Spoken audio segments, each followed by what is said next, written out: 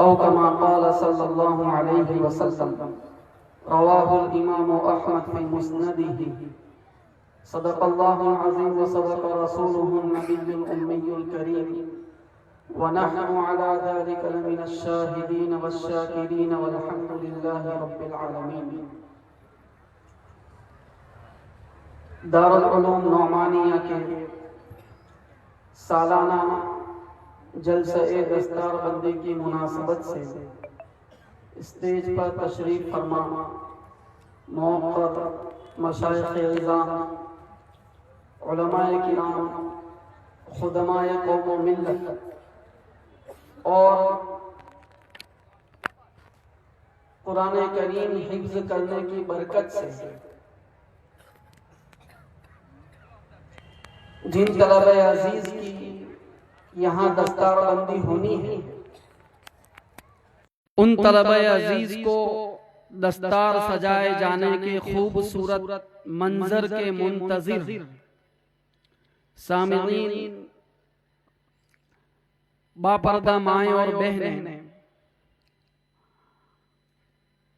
ज़वाल जब बुनियादों में उतर जाता है तो उस कौम को ज़वाल से निकालना बच्चों का खेल नहीं होता। इसका एहसास इस सूबे के, इस इलाके के उलमा को है। इसी वजह से हम देख रहे हैं कि बार बार मुख्तलिफ उलमाए किराम के जरिए, मुक़र्रिरीन के जरिए दिलों पर दस्तक दी जा रही है। तू तो दस्तक पे दिए जा दस्तक, बंद होता है तो दर खुलता है। तो ये इस इलाके के उलमा की फिक्रमंदी है। उन्होंने इस पूरे इलाके में जिंदगी गुजारने वाले मुसलमानों के अंदर कौन सी बुराइयां दर आई हैं, पानी कहां से रिस रहा है और वो कौन सी चीजें हैं जो इलाके को मजमूई सतह पर उठने नहीं देती, उन खामियों का बड़ी बारीक बीनी के साथ तज्जिया किया, उसका एनालिसिस किया और एनालिसिस करने के बाद मौका ब मौका इस तरह के पैगामात लोगों के कानों से गुजार कर उनके दिलों में उतारे जा रहे हैं और इसी से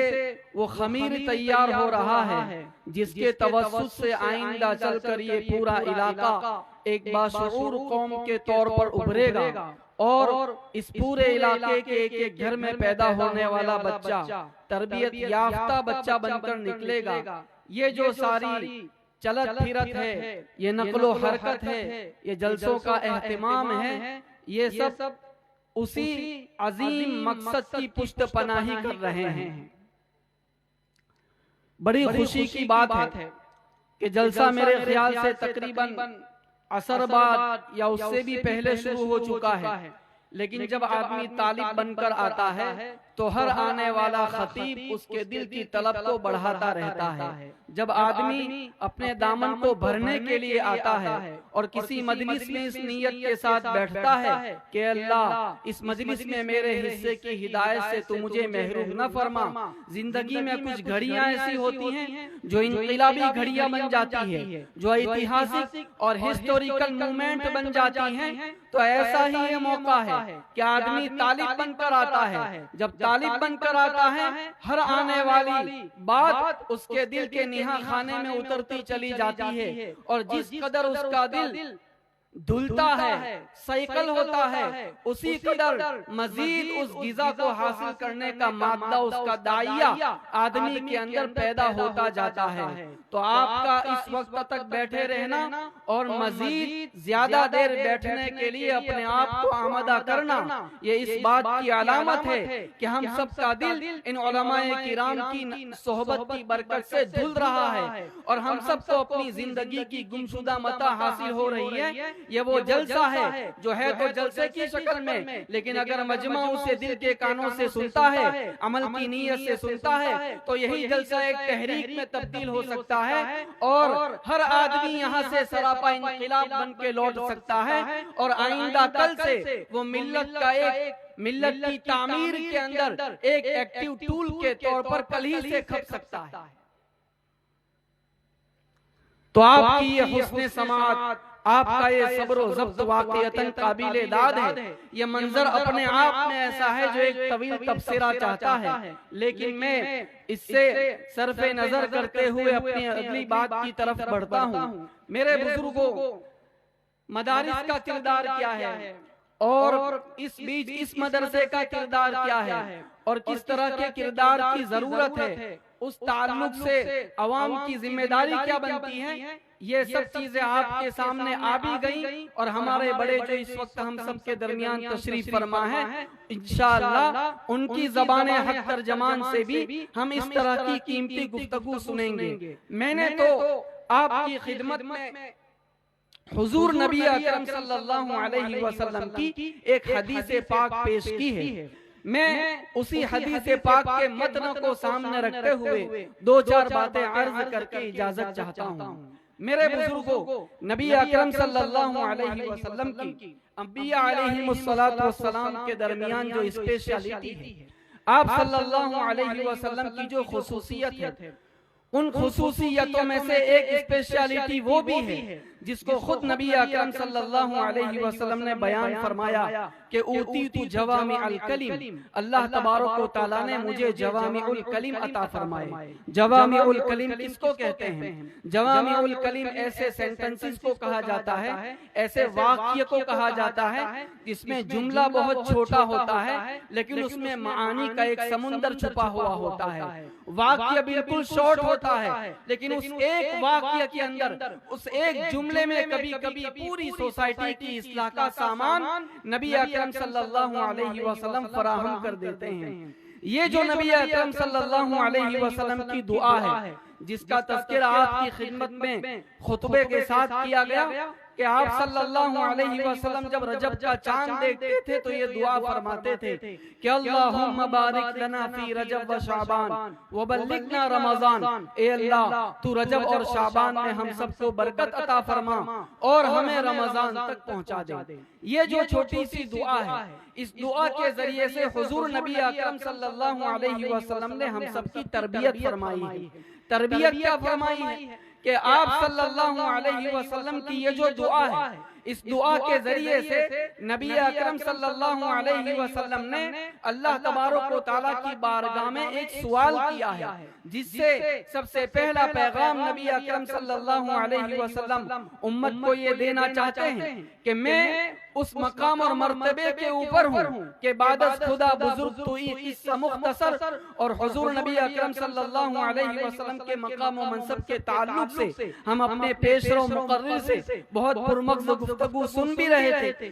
तो उस मकाम और मनसब की हामिल हस्ती, जिस हस्ती को अल्लाह तबारक व तआला ने ये मकाम अता फरमाया, लेकिन उसके बावजूद वो एक सवाली बनकर अल्लाह ताला की बारगाह में हाजिर होती है, जिसके जरिए से आप सल्लल्लाहु अलैहि वसल्लम मेरी आपकी ये तरबियत करना चाहते हैं कि देखो मैं एक नबी हूँ, बल्कि सय्यदुल मुरसलीन हूँ, लेकिन उसके बावजूद जब मुझे कोई जरूरत पेश आती है, जब मेरे दिल के अंदर किसी चीज का दाइया पेश होता है, जब हाजत दरपेश होती है, तो मैं भी अपनी जरूरत के लिए, अपनी हाजत बरारी के लिए उसी बारगाह के अंदर रिक्वेस्ट करता हूँ, सवाल करता हूँ, मांगता हूँ, जो सोर्स ऑफ पावर है, जहाँ से फैसले होते हैं, जहाँ से अल्लाह तबारक व तआला अपनी अताओं की बारिश बरसाता है। आमतौर पर होता यह है कि जब आदमी किसी क्रिटिकल सिचुएशन का शिकार होता है, बीमारी आती है, मुसीबत आती है, कोई घरेलू